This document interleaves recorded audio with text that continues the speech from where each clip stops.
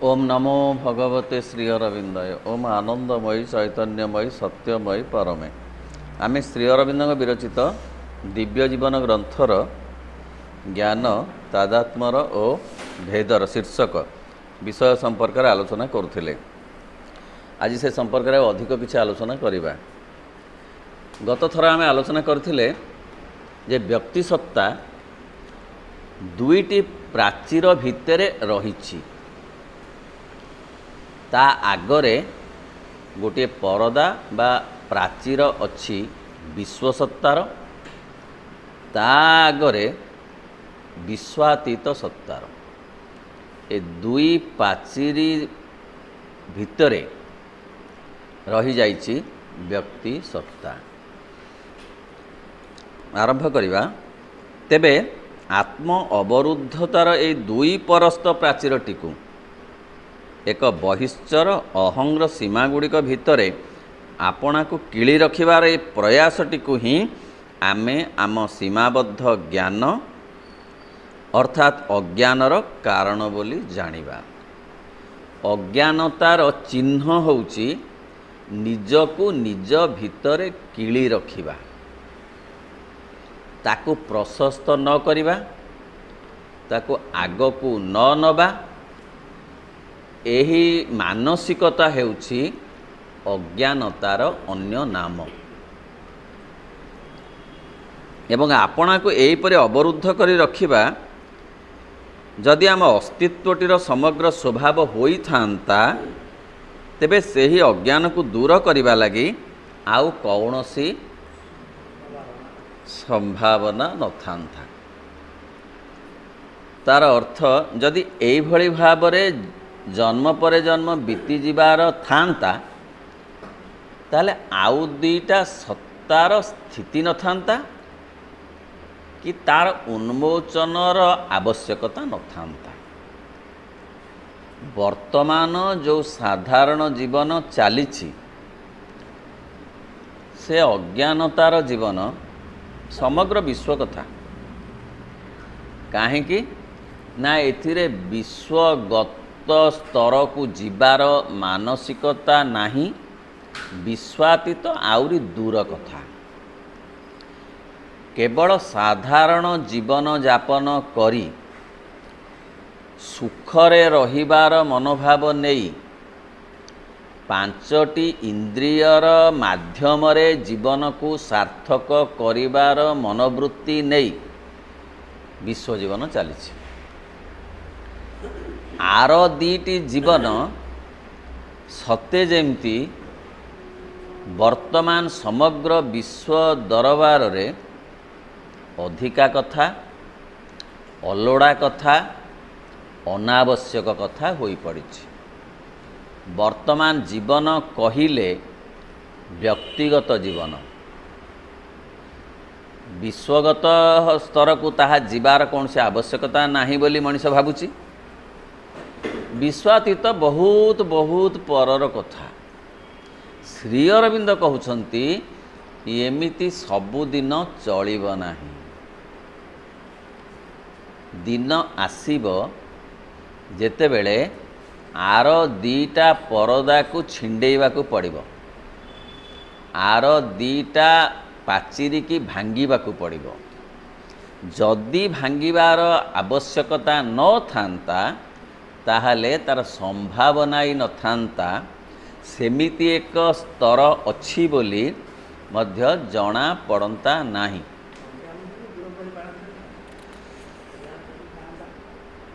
मात्र प्रकृत रे देखिबा को गले बाहर परस्तटारे ए जो सतत अहं रचना लगी रही थाए, ताहा वस्तुगत चैतन्य शक्तिर केवल एक सामयिक कौशल बा सामयिक आयोजन।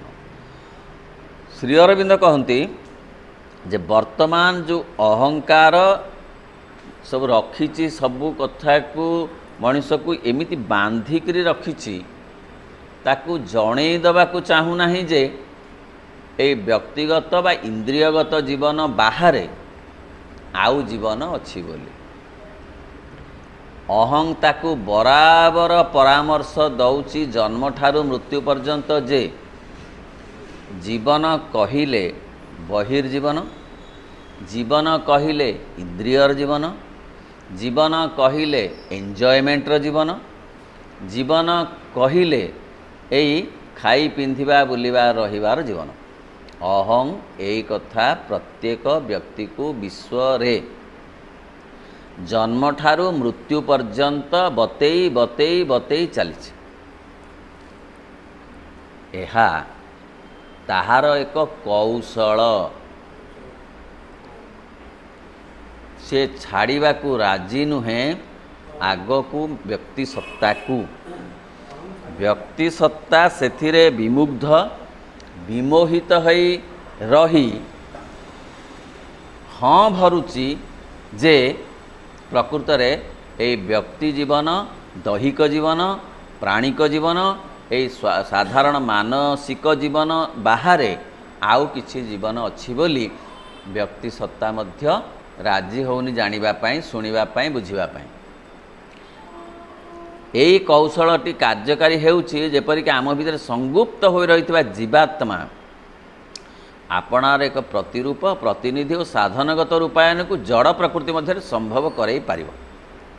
आमर जो जीवात्मा अच्छी से ए जड़ प्रकृति को नहीं, आमर जो जड़ प्रकृति अच्छी राजसिक प्रकृति हो, तामसिक प्रकृति हो कि सात्विक प्रकृति हो, से सबू भी जड़र अंतर्गत प्रकृति क्षेत्र रे तारी भितरे से बांधिकी व्यक्ति को रखिछि। एक अविद्याच्छन्न प्रकृति मध्य एक सामयिक व्यक्ति भावापन्नतार प्रतिष्ठा करिपारिबो। सबु बेले से चाहूँची अविद्या रे रखिबा व्यक्ति को। अविद्या कौन ना निजको कर्ता मणिबा अविद्या, भगवत शक्ति को चेतना को अस्वीकार करिबा अविद्या, ये सब अविद्या। सबु बेले व्यक्ति सत्ता को अविद्याच्छन्न करी रखिबा को अहं चेष्टा करुछि। जेपरि शकुनीर परामर्श दुर्योधन को सबु बेले अन्याय करिबा को प्रश्रय दउछि बा अज्ञानता भितरे रहिबा को जेमिति बाध्य करुछि। सेही भली अहं व्यक्ति सत्ता को सीमित भितरे रहिबा को, इंद्रिय मानक भितरे रहिबा को बाध्य करुछि।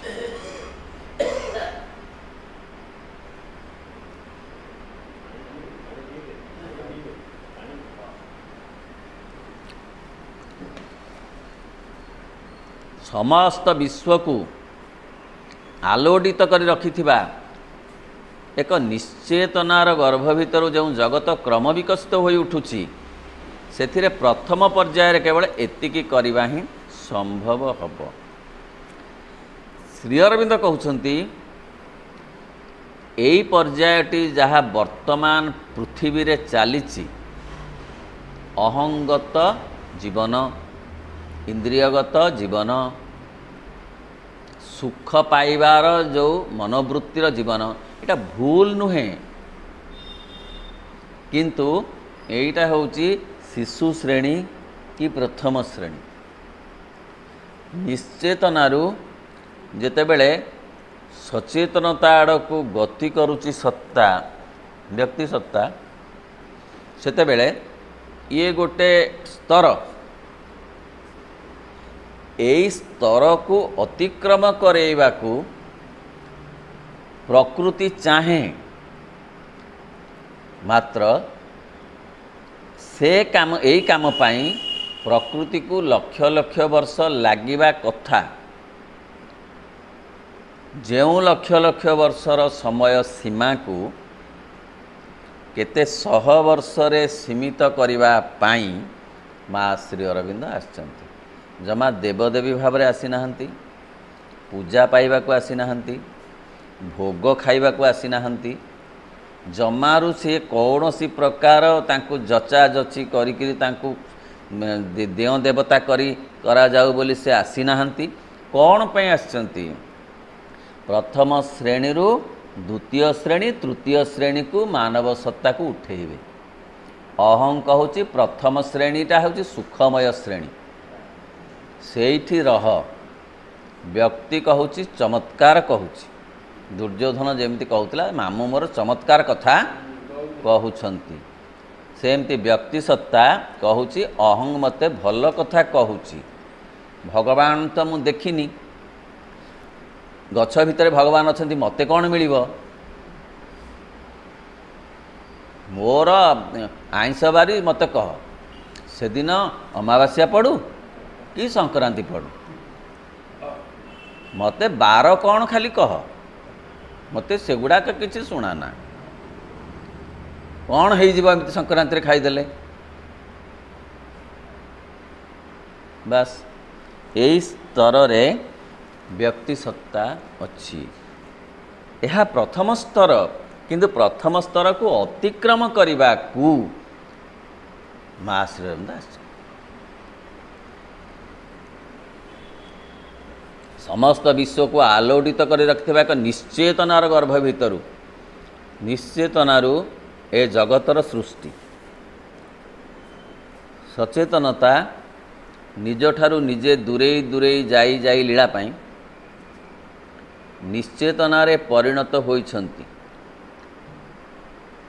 ନିଶ୍ଚେତନା ତାଙ୍କର ଶତ୍ରୁ ନୁହେଁ, ନିଶ୍ଚେତନା ତାଙ୍କର ବିରୋଧୀ ନୁହେଁ, ନିଶ୍ଚେତନା ତାଙ୍କରି ଏକ ସ୍ୱରୂପ। ଯେଉଁ ସ୍ୱରୂପରୁ ଆଗକୁ ଯିବା ପାଇଁ ସେ ହିଁ ଚାହୁଁଛନ୍ତି, ଅର୍ଥ ତାଙ୍କର ନିଶ୍ଚେତନାର ସ୍ୱରୂପରୁ ସିଏ ଅଚେତନାର ସ୍ୱରୂପ ଆଡ଼କୁ ଆସୁଛନ୍ତି। ଅଚେତନାର ସ୍ୱରୂପରୁ ଅବଚେତନାର ସ୍ୱରୂପ ଆଡ଼କୁ ବା ସ୍ୱରୂପକୁ ଆସୁଛନ୍ତି। ଅବଚେତନାର ସ୍ୱରୂପରୁ ଚେତନାର ସ୍ୱରୂପକୁ ଆସିଛନ୍ତି, ଯାହାର ପ୍ରତିନିଧି ହେଉଛି ମାନବ ସମାଜ। ବର୍ତ୍ତମାନ ଯେଉଁ ଚେତନା ଯେଉଁ ଆମେ କହୁଛୁ ଚେତନ ସ୍ତରରୁ ସେ ଅତିଚେତନ ସ୍ତରକୁ ଯିବାକୁ ଚାହାନ୍ତି। ସେଇ କଥା ପାଇଁ ସେ ଆସିଛନ୍ତି। ଚେତନାକୁ ଘୃଣା କରୁନାହାନ୍ତି, ଅବଚେତନାକୁ ରିଜେକ୍ଟ କରିନାହାନ୍ତି, ଅଚେତନାକୁ ସେ ଅବମାନନା କରନ୍ତି ନାହିଁ। ପ୍ରତ୍ୟେକକୁ ଏକ ଏକ ସ୍ତର ରୂପେ ଅନୁମୋଦନ କରି ତାକୁ ଅତିକ୍ରମ କରିବାକୁ କହୁଛନ୍ତି। ଏତେ ଚମତ୍କାର ପାଠ ଏ ପୃଥିବୀକୁ ନୂଆ କରି ଆସିଲା, ଯାହା ଆସିଥାନ୍ତା ଲକ୍ଷ ଲକ୍ଷ ବର୍ଷ ପରେ ଆସିଥାନ୍ତା। ଏଇ ପାଠ ଯାହା ଆମର ପଢ଼ା ହେଉଛି, ଏ ପାଠ ସମସ୍ତେ ଶୁଣିବା ସୁବିଧାଜନକ ବୋଧ ହୁଏ ନୁହେଁ ବୋଲି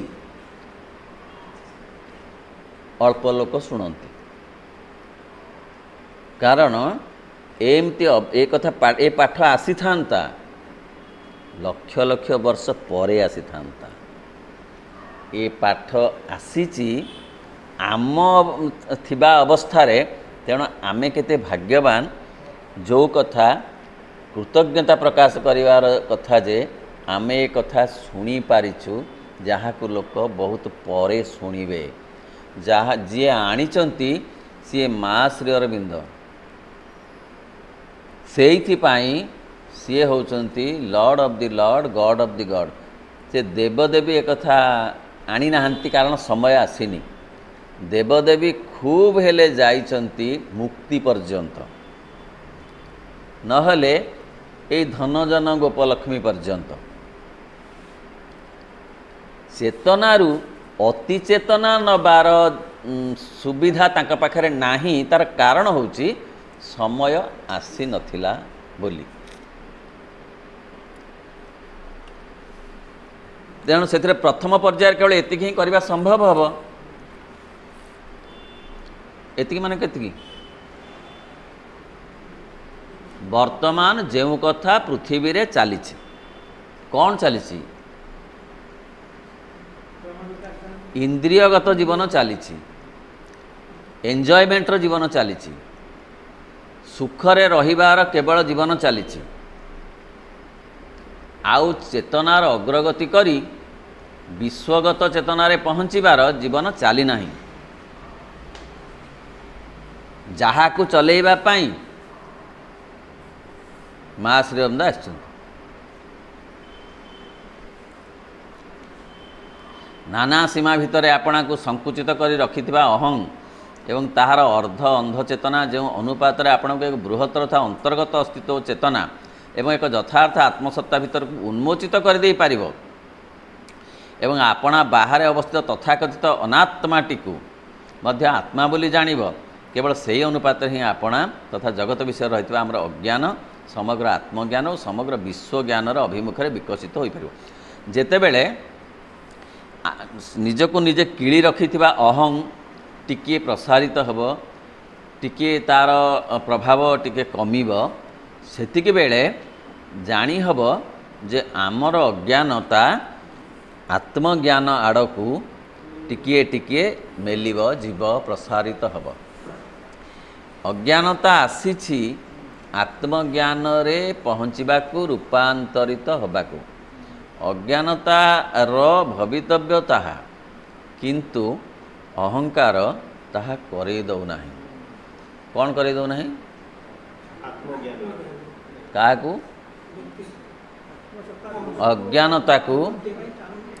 ଅଜ୍ଞାନତାକୁ ଜମା ଚାହୁଁନି ସେ ଆତ୍ମଜ୍ଞାନ ଆଡ଼କୁ ନେବାକୁ। କିଏ ଚାହୁଁନି?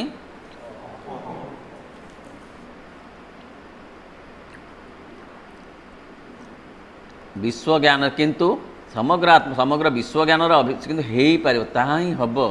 ଅଜ୍ଞାନତା ଭିତରୁ ହିଁ ଆତ୍ମଜ୍ଞାନ ବାହାରିବ, ବିଶ୍ୱଜ୍ଞାନ ବାହାରିବ।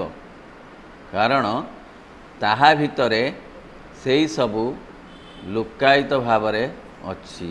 ଅନ୍ଧାର ଭିତରୁ ଆଲୁଅ ବାହାରିବ, ଅମାବାସ୍ୟା ଭିତରୁ ପୂର୍ଣ୍ଣିମା ବାହାରିବ। ତାହା ଯେହେତୁ ତାହା ଭିତରେ ଲୁକାୟିତ ହିଁ ଅଛି।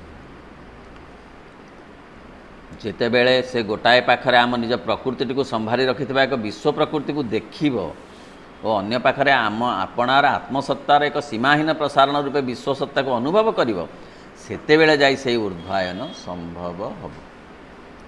ଅଜ୍ଞାନତା ଯେତେବେଳେ ଦେଖିବ ଯେ ନାଇଁ ନାଇଁ ମୁଁ ସବୁ ନୁହେଁ, ମୋ ଆୟତ୍ତରେ ସବୁ ନାହିଁ, ମୁଁ ସତରେ କେଡ଼େ କ୍ଷୁଦ୍ର, ମୋ ବାହାରେ ବିରାଟ ବିଶ୍ୱ ଅଛି, ବିଶ୍ୱର ବାହାରେ ଆହୁରି ବିଶ୍ୱାତୀତତା ଅଛି, ଯେତେବେଳେ ସେ ବୁଝିପାରିବ, ସେତେବେଳେ ସେ ଟିକିଏ ଟିକିଏ ବାଟ ଛାଡ଼ିବ। ସେ ବୁଝିବା ବ୍ୟକ୍ତି ଚେଷ୍ଟାରେ ଯେତେ ସମ୍ଭବ ନୁହେଁ, ମା ଶ୍ରୀ ଅରବିନ୍ଦଙ୍କ କୃପାରେ ସମ୍ଭବ। ତେଣୁ ତାହା ଏକ ଦୁରୂହ କାର୍ଯ୍ୟ, ଯାହା ଦୁଇଟି ଶକ୍ତିର ସଂଯୋଗରେ ସମ୍ପନ୍ନ ହୋଇପାରେ। ଅର୍ଥ, ଆମେ ଶୁଣିବା ପରେ ଜାଣିଲେ, ଜାଣିବା ପରେ ଟିକିଏ ପ୍ରଶସ୍ତ ଭାବରେ ନିଜକୁ ରଖିବା ଦରକାର ଯେ ଅନ୍ୟର କ୍ଷତି ନ କରିବା, ଅନ୍ୟ ବିରୁଦ୍ଧରେ ନ କହିବା, ଅନ୍ୟକୁ ଅସୁବିଧାରେ ନ ପକାଇବା। ଅନ୍ତତଃ ଏ ଟିକିଏ ପ୍ରଶସ୍ତ ଭାବରେ ଅନ୍ୟମାନଙ୍କୁ ଦେଖିବା, ଅନ୍ୟମାନଙ୍କର ଲାଭ ନ କରିପାରିଲେ ମଧ୍ୟ କ୍ଷତି ନ କରିବା। ଏମିତି କଥାରୁ ଆରମ୍ଭ କରି ଟିକିଏ ଟିକିଏ ପ୍ରଶସ୍ତ ଭାବ ଆଣିଲେ ସେଇ ଅଜ୍ଞାନତାରୁ ମଣିଷ ଆତ୍ମଜ୍ଞାନ ଆଡ଼କୁ ଯିବ। ସେଇଥିଲାଗି ଆମର ସତ୍ତାଟିକୁ ସେ ନିଜେ ସୃଷ୍ଟି କରି ରଖିଥିବା ଅହଂ ଚେତନାଟିର ଦୁର୍ଗ ପ୍ରାଚୀରକୁ ଭାଙ୍ଗି ଦେବାକୁ ପଡ଼ିବ। ଆପଣାର ଦେହ ସୀମାକୁ ପାର ହୋଇ ସେ ସମଗ୍ର ବିଶ୍ୱର ଦେହ ଭିତରେ ଆପଣଙ୍କୁ ପ୍ରସାରିତ କରିଦେବ। ଏହା ହେଉଛି ଭବିତବ୍ୟ। ଲକ୍ଷ ଲକ୍ଷ ବର୍ଷ ପରେ ଏଇଟା ଘଟିଥାନ୍ତା। ମା ଆଉ ଶ୍ରୀ ଅରବିନ୍ଦ କହୁଛନ୍ତି, ତମେ ସହଯୋଗ କଲେ ମାତ୍ର କେତେ ଶହ ବର୍ଷ ଭିତରେ ଏ କଥା ଘଟିବ। କ'ଣ ଘଟିବ ନା, ଏ ଦେହ ଦିବ୍ୟ ଦେହରେ ପରିଣତ ହୋଇଯିବ, ଏ ପ୍ରାଣ ଦିବ୍ୟ ପ୍ରାଣରେ ପରିଣତ ହୋଇଯିବ, ଏ ମନ ଦିବ୍ୟ ମନରେ ପରିଣତ ହୋଇଯିବ, ଏ ଜୀବନ ଦିବ୍ୟ ଜୀବନରେ ପରିଣତ ହୋଇଯିବ, ଯେଉଁଠି ଅହଂର ସ୍ଥାନ ନଥିବ।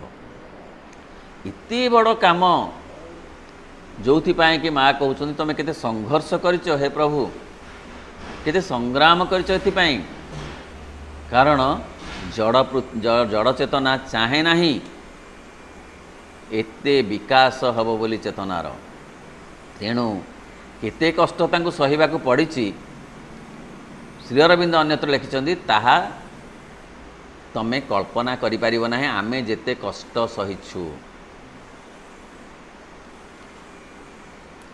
तेणु अहं चेतन एक समग्र परोक्ष संस्पर्श द्वारा ज्ञान लाभ करिवार रीति स्थान रे अथवा ताहा सहित आउ गोटे अधिक रीति से प्रत्यक्ष संस्पर्श द्वारा ज्ञान लाभ करिवार मार्गटी को मध्य आयत्त करने को पड़ो।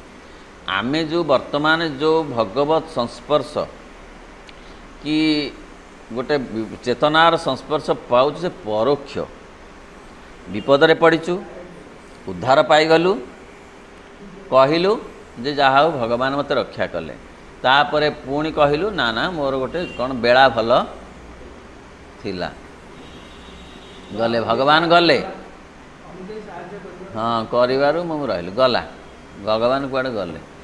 तेणु ये जो परोक्ष संस्पर्श आम अच्छु किंतु यदि प्रत्यक्ष संस्पर्श रही पारिबु ताहले एटा सहज हब। प्रत्यक्ष संस्पर्श अर्थ आमे सतरे आमे कर्ता नुहे सी कर्ता आमे माध्यम सतरे आमे निजको निजे रक्षा करिवार सामर्थ्य आमर नाही सी आमको रक्षा करुछन। प्रतिदिन आमको सुरक्षित करी रखिछंती से दिव्य सत्ता ये जो अनुभव से अनुभव जदि प्रत्यक्ष भाव टिके बढ़िबो चेष्टा करी इच्छा करी जड़े बढ़ेबा को चाहिबो से बढ़ई पारिबो। आउ किए अछंती मो ठारू बड़ मु सबु किछि करि पारिबि नाही पारु नाही मो इच्छा रे मो कर्तृत्व रे सब चलिबो नाही एटा बुझीबा एटा कहवा कथा नहीं एटा बुझीबाटा ही अज्ञानतार कबलरू टिकिए टिकिए खसिबा। मु सब करि पारिबि मोठू बड़ कहीं नहीं भगवान अच्छा देखाओ मते श्राद्धरे खाऊँ पूर्वपुरुष आनी देखाओ आउ विराट शक्ति अच्छी एठी राति को समग्र विश्वर लोक माने जदि चाहिए सकाळ करें ना एठी ताले केउ एक विराट शक्ति जी कि एते बड़ कथा करि पारुची से कौन व्यक्ति सत्ता ठू बड़ नुहे। हाँ गोटे कढ़ को जी फूल करुच्ची पृथ्वी कथा कहली केते बड़ कथा केते केते ओजनिया कथा को जी बुले पारुची मनुष्य तो बुलाऊनी बुले नहीं आज भी बुलाऊनी किए सी विराट शक्ति से ही विराट शक्ति गोटे छोट कढ़ को फूल कर दे पारुची केड़े सूक्ष्म केड़े सुकुमार स्पर्श तार जहा को फूल करने मनीष चेष्टा करी पारिबो नाही जहा पारिबो से मुड़के जीव से भला फूल हम ना ताकू आनी टगर को पानी पकेले जोटा मन को फुटी था तार लावण्य तार सौंदर्य से आसब ना किंतु मनीष कहूची जे नाई मु ताकू राति अधर मोड़िकी आणिकी सकाळ चलईदेवी ठाकुर पूजा ठाकुर जमा ताकू ग्रहण करू नथिबे कारण तांकू राति रे निदरू उठे तांकू काहाकू तांक गच्छ को नुहे म तांक गच्छ को नुहे से पूरा गच्छ होइचंती से निदे पुणी निदा जाती गच्छ रूप संध्या बेले निद जाइचंती कहले मते दी चारि विधा देई मोड़ी माड़िक गोड़ा हाथ मोर भांगी आणिक मते पुणी मुड़का फूल दौची दे से तो सर्वंसहा किंतु तांकर केते आनंद होउथिबो से कथा जेतेबेले अहं बुझी पारिबो सेतेबेले राति अधरा टर्च पर के से दरांडी बनाई कढ़ी दरांडी बनाए कि गछ को मोड़िकी आणिकी पहुँचब ना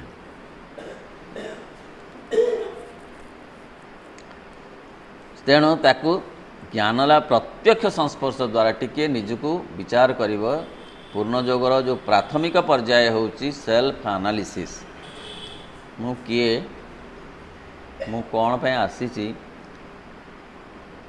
बहुत मान कौन नबाक आसी कौन दबाक आसी गोटे कथा से यदि भाविब यथेष्ट कौन दबाक आसी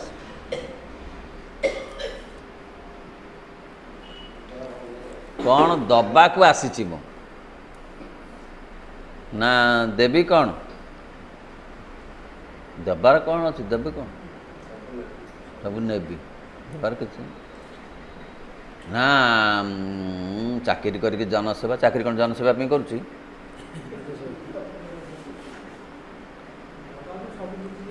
डाक्तर होती लोकंर दुख बुझा कौन ये डाक्तर विद्या आमर कर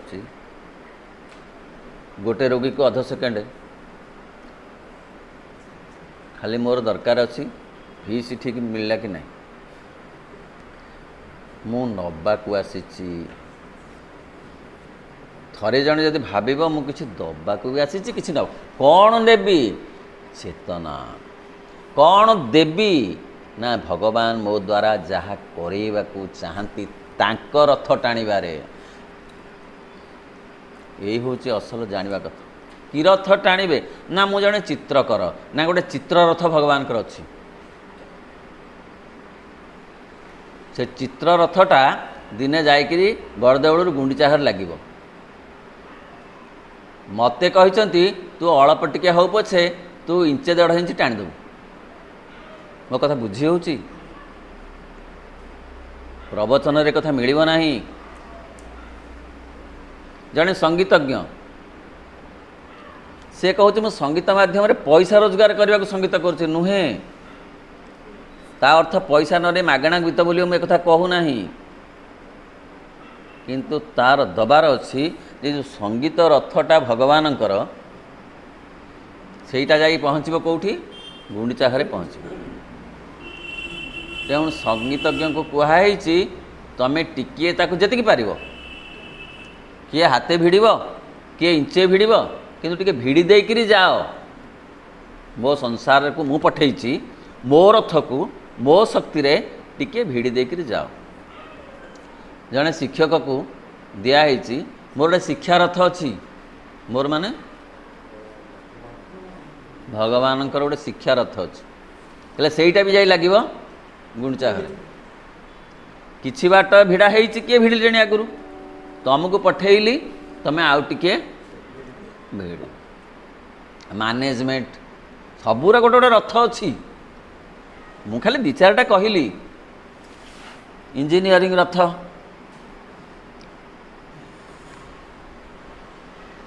से रथ को तांकरी इंजीनियरिंग रथ से भिड़ा को आसछंती जेतेबेले भाबिबे जे मु तांक रथ तांक शक्ति रे तांक आड़ को भिड़ुची ताहले किछि दबा हैला चाकरी करिया मना नहीं चाष करिया मना नहीं वाणिज्य व्यवसाय करिया मना नहीं किछि मना नहीं किंतु भावना भावटा लखिबार अछि जे मु देवी कौन आसथिली पृथ्वी को देली कौन आ नेली ना बहुत कथा नहीं पानी नहीं पवन नहीं फल नहीं खाद्य नहीं किते कथा नहीं आणिकी आसी जेते पानी मु पीली आणिकी आसी जेते अम्लजान मु नेली ताले एते कथा तो नेली ना एते कथा मु नेली देली कौन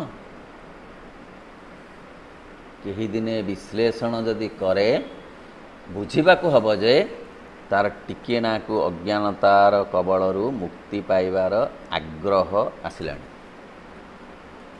किंतु एक कथा मनीष साधारण भावेनी से कहे केते नेली दबा कथा किछि चाहेनी आपणा सत्तार अधिक प्रसंग गला आपणा सत्तार संकुचित सीमाबद्धता को एक सीमाहीन सीमायत्तता एवं एक अनंतर परिणत करने अवश्यम भावी हो पड़ो ଯେତେବେଳେ ମଣିଷ ପ୍ରାଥମିକ ସ୍ତର ହେଉଛି ଆତ୍ମବିଶ୍ଳେଷଣ ଆଉ ଦେବୀ କ'ଣ ଭାବିଲେ ଅଜ୍ଞାନତାରୁ ମୁକ୍ତି ମିଳିବ। ଏଇ କଥା ଯଦି ପ୍ରତ୍ୟେକ ବ୍ୟକ୍ତିର କାନରେ ପଡ଼ନ୍ତା ଯଥେଷ୍ଟ ଉପକାର ହୁଅନ୍ତା।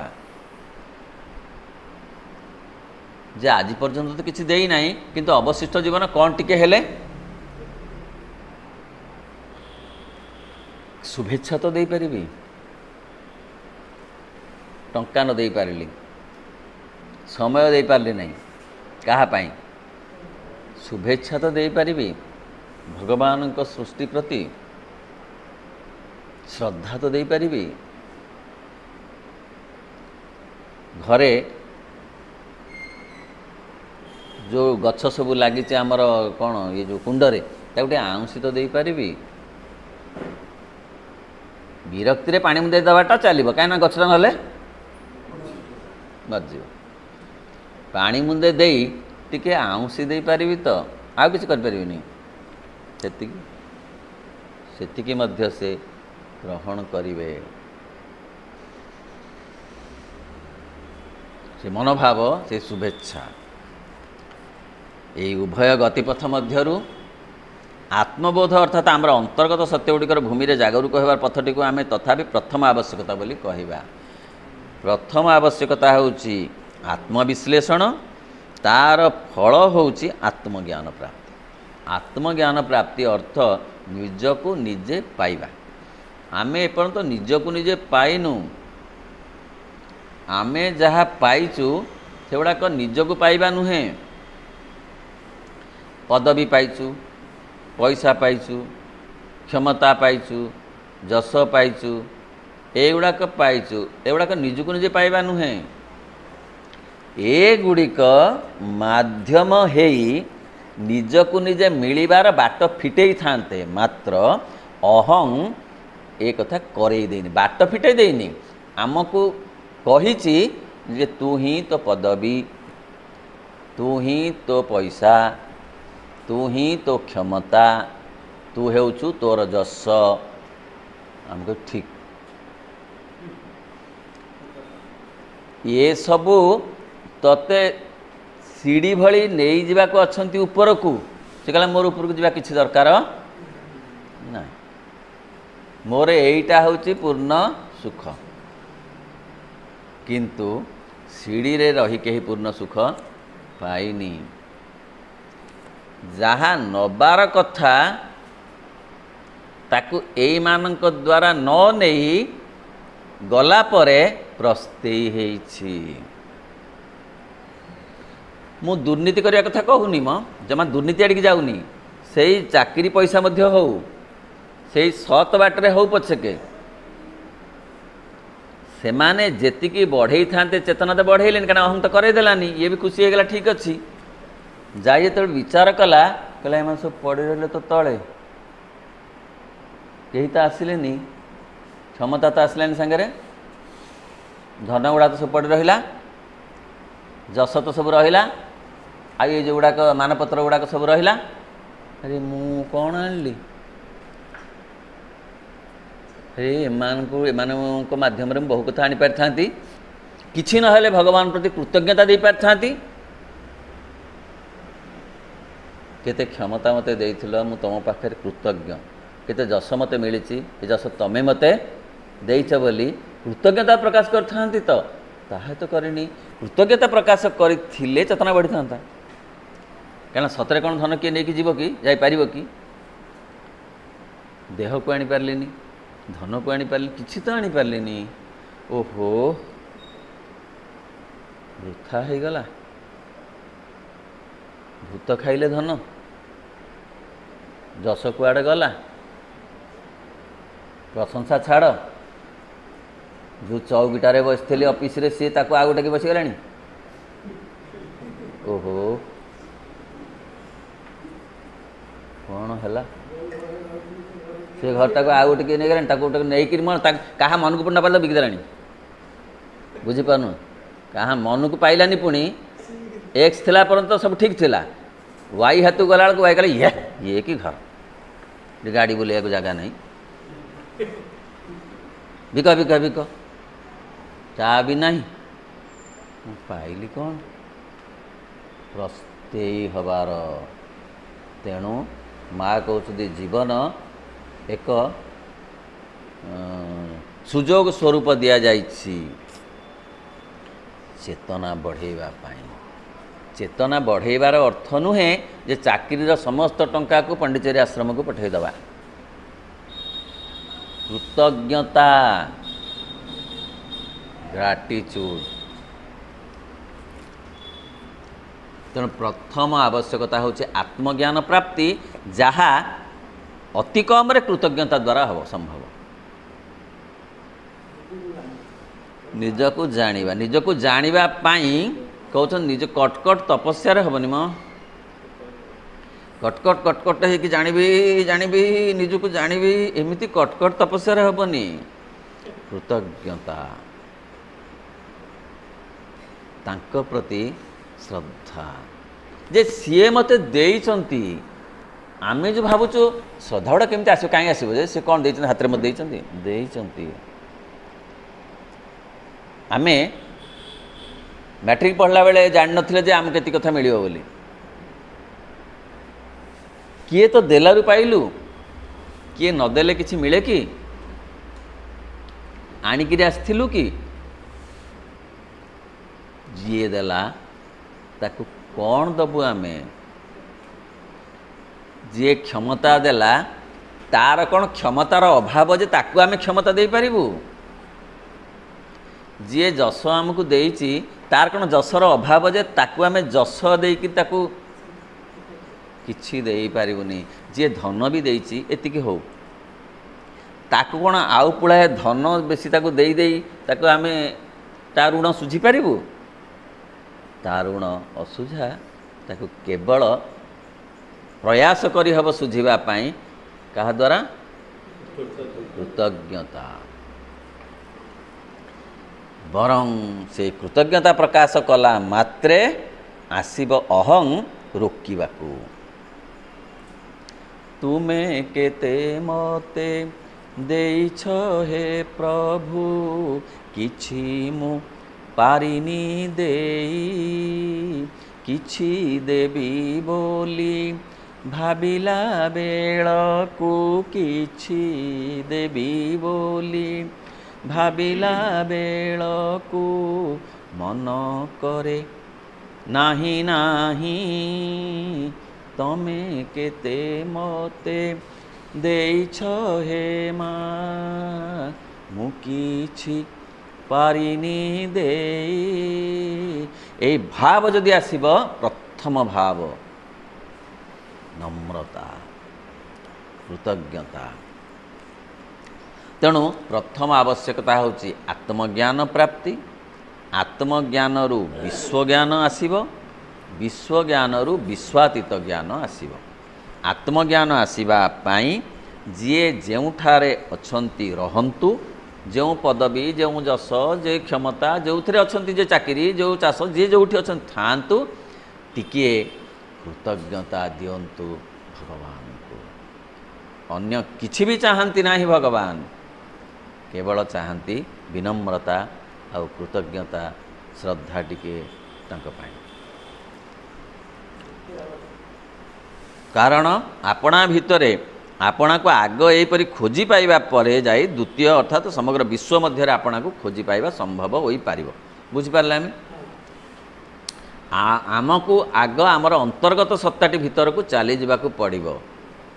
तारी भितरे और तारी ठारू प्रेरणा पाई बास करने को पड़िबो। आत्मज्ञान जहाँ कहते बा चैत्य सत्ता आमर बहिस्थ मन बहिस्थ प्राण बहिस्थ देह ये क्षेत्र में आम लगे केवल मुखशाला परि कार्य करुथिबे। आमे एई बहिर्जगत मध्य जहाँ किसी होइछु बा होई पारुछु ताहा वस्तुतः आमर जगतटी द्वारा निर्धारित होई रहिछि। बुझिबा जे आमर ये बाहर देह बाहर मन बाहर प्राण जी आमको बाट देखेबे बाट कढ़ेबे अंतर्जीवन आड़क अंतर्देह आड़क अंतर्मन आड़क अंतर प्राण आड़क जेपरी मुखशाला र काम होउची देवदर्शन करैबा नुह कौन देवदर्शन करैबा नुह ताले कौन करिवो देवदर्शन आड़ को बाट फिटेदब रत्न सिंहासन आड़ को कढ़ई नब यही हूँ देह प्राण मनर काम ये जो बहिर्देह बहि साधारणतः आम भावुचु यहीटा ही देवदर्शन यहीटा तो देवता यहीटा मंदिर मुखशाला रे पाद पकई से ठिया है चित्कार कर कहूँ जे मु देवतार दर्शन कली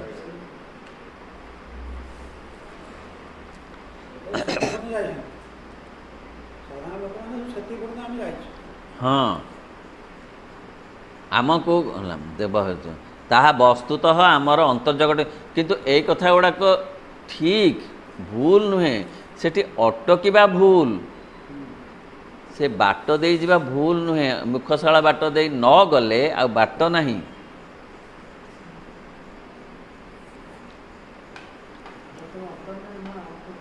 आमर अंतर्गभीरस्थ गोपन प्रदेश रे जहाँ रहस्यमय रही ताही आम बहिर्जगतर जावतिक व्यापार को निर्णीत करुचे आमे केमतिका को मुखशाला बाट दे जीवा केमती देह केमिति प्राण केमिति मन नहीं आमको मिलिबो जहा द्वारा कि आमे भीतर को जाई परिबा से कथा निर्धारण से करछंती आमे किंतु परस्पर भितरे कंपेयर करी कष्ट पाउछु सी तो एमिति मु काई एमिति हेली सी तो एते धन पाइले मु काहे पाइलिनी सी तो जो थे हाथ देले पासे मु काहे बारंबार फेले चलला अरे बाबू फेले बाट दे जदि जीवाकू अच्छी सी जदि चाहती नियंतु पास बाटरे पहुँचेबे बोली तेणु एते एते कंपेयर करी कंप्लेन करले कौन हम ना आउ आग को जाई हबनी आमर निगूढ़ उत्प्रेरणा गुड़िक से ही आसूची से भितर आमर स्वतः परिणामी उपायन गुड़िक मध्य से आसूची आमे जहा होइछु आमर अंतर्सत्ता आमको ताहा करैछंती ताहा आमर आवश्यक बोली आमे किंतु सेतिरे संतुष्ट न रही सबु बेले तुलना करी निजको निजे दुखी कर दउछु जो परिस्थिति मिलीची एक्स को सेटा एक्स पाई ठीक एक्स र अंतर्चेतना सेपरी बहिर्जगत तापाई बहिर्चेतना सृष्टि करिछि जानी सुनी बुझी सुझी आमे किंतु अन्य सहित तुलना करी कष्ट पाउछु आमर जावतीय प्रेरणा प्रतिबोध जीवनगत अभिप्राय उद्देश्य आम मनर विशेष रुचि सबू तथा आम इच्छा शक्तिर जावतीय निर्वाचन से ही दाना बांधि उद्गत होउछि अथवा ये जगत मध्य ठीक से हीपरि गोपन भाव में केते केते अभिघातर तरंग आसी आमको अनेक परिमाण एक दृढ़तार सहित प्रभावित करुछि और आम भितर बहुत किसी गढ़ी दे जाउछि दीटा प्रकार कथा द्वारा आमे बंचीचु चलीचु गोटे भितर गोटे बाहर भीतर आमर अंतर जीवन जाने आम बहिर्जीवन किपरि हवा उचित एहा सहित बाहर जगतर मध्य बहु भाव तरंग ता सांगरे मिसंती मिसिबा दरकार बोले आमे केउ परिबा खाइबु आमर सेटा निर्धारित आम सुस्थता आम स्वाभाविकता आम सुविधा पाए आम केउ केउ परिबा खाइबु ताहा आम अंतर्जीवन जाने किंतु पुलाए सिझा परिबा खाइले भल लागिवो मसला टिके पड़िबो ना नहीं टिके बटा मसला हो नहले छेचा मसला टिके पड़िले सेटा स्वाद हो अर्थ बाहरु किछि आसी मिसिबो तेबे जाइकरी से तरकारीटा ठीक हम अर्थ किछि कथा बाहरु मध्य आमको आसुची आम पाई गोटे भल कथा आमे देखिलु शिखिबा कथा शिखिलु नाही समुद्र को जाई देखिलु दि चारटा लहड़ी देखिकरी चाट खाई पड़े आसे हाँ जने कहले कहले समुद्र केते लोक हाँ म कहले केते लोक ସମୁଦ୍ର ଦେଖିବାକୁ ଯାଇ ସିଏ ଆଉ ଲୋକ କୋଉଠି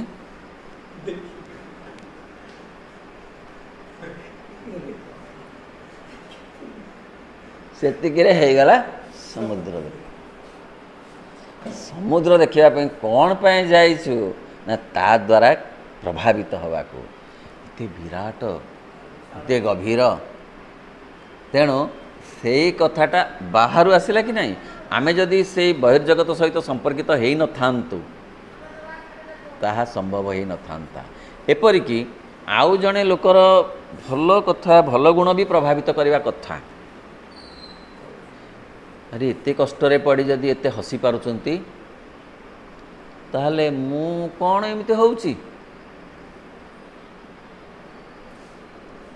ମୋର କୁନ୍ଥେଇ କୁନ୍ଥେଇ କୁନ୍ଥେଇ କୁନ୍ଥେଇ ସକାଳେ କୁନ୍ଥେଇଲି, ଦ୍ୱିପହରେ କୁନ୍ଥେଇଲି, ସନ୍ଧ୍ୟା ବେଳେ ଖାଲି କୁନ୍ଥେଇ କୁନ୍ଥେଇ ଜୀବନଟା ଚାଲିଗଲା। ହେ ମୋଠୁ ତ ସେ ଆହୁରି ଅସୁବିଧାରେ ଥାଇ କେତେ ଖୁସି ଅଛନ୍ତି, ଠିକ୍ ନା ନାହିଁ? ମୋର ତ ତାଙ୍କ ଦ୍ୱାରା ଟିକେ ବି ଶିଖିବାର ଅଛି, ହେଲା କି? ହେଉନି, ସମ୍ଭବ ହେଉନି। ତେଣୁ ବାହାରୁ ବହୁ କଥା ମଧ୍ୟ ଅଛି ମସଲା ରୂପରେ, ଆଉ ଭିତରୁ ଅଛି ପରିବା ରୂପରେ। ପରିବା ଆଉ ମସଲା ମିଶିଲେ ତରକାରୀ ହେବ।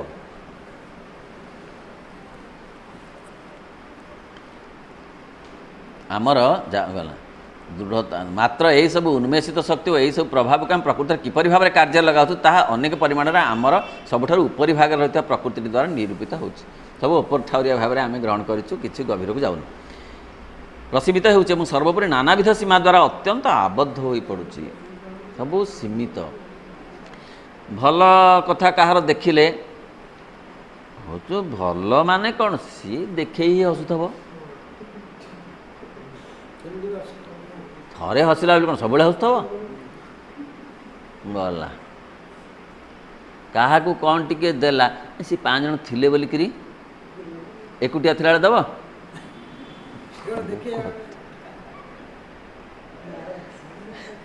ଆଚ୍ଛା, ସେ ଦାନ ବାକ୍ସରେ କ'ଣ ଥିରେ ପକେଇଲା ହନ୍ତାନି ଜୋର କରି ପକେଇବାର? ସିଏ କ'ଣ ଏତେ ଲକ୍ଷ୍ୟ କରିଛି ପକେଇ ଦେଇଛି। ଇଏ ଦେଖିଲା ଯେ ଆଚ୍ଛା ମୋଠୁ କମ୍ ରୋଜଗାର କରି ସିଏ ତ ପକଉଛି ଠଣିକିନି, ମୁଁ ତ ଏତେ ପଇସା ରୋଜଗାର କରି ଦିନେ କିଛି ପକେଇଲି ନାହିଁ, ଆଉ ସେ ପକଉଛି କ'ଣ? ମା ଆମେ ଥିଲୁ ବୋଲି। ଗଲା। ପୁଣି ଯଦି ପକେଇଲା ଥିରିକିନି ପକେଇଲେ ହୁଅନ୍ତାନି? ଆମେ ଯେମିତି ଚାହିଁବୁ ଜାଣିବୁ ଠଣିକିନି ଶୁଭିବ, ତାର ସବୁ ଭଲ ଗୁଣ ଗଲା। ଏଇ ହେଉଛି ଅବସ୍ଥା। ଏଇଆ ନୁହେଁ? ସତରେ ଏଇଆ ନୁହେଁ କି? ଜୀବନଯାତ୍ରାର ଅବସ୍ଥା ଏଇଆ। ଏହି ଅବସ୍ଥାରେ ସମଗ୍ର ମାନବ ସମାଜ ଅଛି। ଠିକ୍ ସେହି ସଙ୍କଟ ସମୟରେ ଆମକୁ ସକଳ ଉତ୍ପ୍ରେରଣା ଯୋଗାଇ ଦେଉଥିବା ଅନ୍ତର୍ଗତ ଆତ୍ମାଟିର ଜ୍ଞାନକୁ ଆବିଷ୍କାର କରିବାକୁ ପଡ଼ିବ। କିନ୍ତୁ ପ୍ରକୃତରେ ଆମେ ଯେଉଁ ଅସୁବିଧାରେ ଅଛୁ, ବିଭିନ୍ନ ସମସ୍ୟା ହେଉ, ଅଚେତନତା ହେଉ, ଅଜ୍ଞାନତା ହେଉ ବା ଅହଂ ହେଉ, ସେ ଭିତରୁ ଆମକୁ ବାହାରିବାକୁ ପଡ଼ିବ। ବାହାରିବାକୁ ପଡ଼ିବ। ଏ ସବୁଠୁ ବଡ଼ ଅସ୍ତ୍ର ହେଉଛି କୃତଜ୍ଞତା। ସହଜ ବାଟ, ଗ୍ରାଟିଚ୍ୟୁଡ଼ ବହୁତ ବାଟ ନେଇଯିବ। ଯାହାକୁ ଏକ ଦେବୀ ବୋଲି କହୁଛନ୍ତି ସିଏ ପୁଣି ଆଡ଼େଇ ହେଇ ବସିଥାନ୍ତି, ସେ ଜାହିର କରନ୍ତି ନାହିଁ। ଜୀବନ ସାରା କେବେ ଜାହିର କରନ୍ତି ନାହିଁ। ଏତେ ଅମ୍ଳଜାନ ନେବାକୁ ହେଲା, ଅମ୍ଳଜାନର ମାଷ୍ଟରଙ୍କୁ ପ୍ରଣାମ କରିଛ, ଏତେ ଜଳ ପାନ କରିଛ, ହଁ, କେବେ ଜଳର ଦେବତାଙ୍କୁ ପ୍ରଣାମ କରିଛ? ନାହିଁ, ନାହିଁ, ଜାହିର କରନ୍ତି ନାହିଁ। ସେ ନିର୍ଭୁଲ ଭାବରେ ତାହା ସଙ୍ଗେ ସଙ୍ଗେ ନିମିତ୍ତ ରୂପେ ଅବସ୍ଥିତ ବହିସ୍ଥ ଆତ୍ମାଟିକୁ ମଧ୍ୟ ନିର୍ଭୁଲ ଭାବରେ ଜାଣିବାକୁ ପଡ଼ିବ। ଏବଂ ଆମର ଉତ୍ତରୋତ୍ତର ଗଠନ ଓ ନିର୍ମାଣରେ ଦୁଇଟି ଯାକ ପ୍ରକୃତିର କିଭଳି ଭୂମିକା ଗ୍ରହଣ କରୁଛନ୍ତି ସେଇଟିକୁ ମଧ୍ୟ ଆବିଷ୍କାର କରିବାକୁ ପଡ଼ିବ। ଅର୍ଥ ଆମର ଆତ୍ମଜ୍ଞାନକୁ ଏବଂ ବହିର୍ଜ୍ଞାନକୁ ଜୀବନକୁ ମଧ୍ୟ ଗ୍ରହଣ କରିବାକୁ ପଡ଼ିବ। विश्व कथा ग्रहण आमको करने को पड़ो अन्य उपाय नहीं आज ना काली ए जन्म ना आउ को जन्म करने को पड़ो बाट ना सीढ़ी रे रही हेनी छात को जीवा को पड़ो तेणु माँ कहते सी हूँ भाग्यवान जे भगवान को निर्वाचन करिछि जीवन रे निर्वाचन करिछि माने कौन कि कृतज्ञता जणैछि केते कथा देइछ केते कथा देइछ सते तेणु मु कौन देवी कृतज्ञता जनाऊँगी मात्र एतिकी भगवानंकर पाइबार अच्छी सते आउ किछि तांकर पाइबार नहीं कौन सी वस्तु पाइबार नहीं तांकर टिके श्रद्धा टिके कृतज्ञता आमे केवल भगवान को दे पारिबा। ओम नमो भगवते श्री अरविंदाय। ओम आनंदमयी चैतन्यमयी सत्यमयी परमे।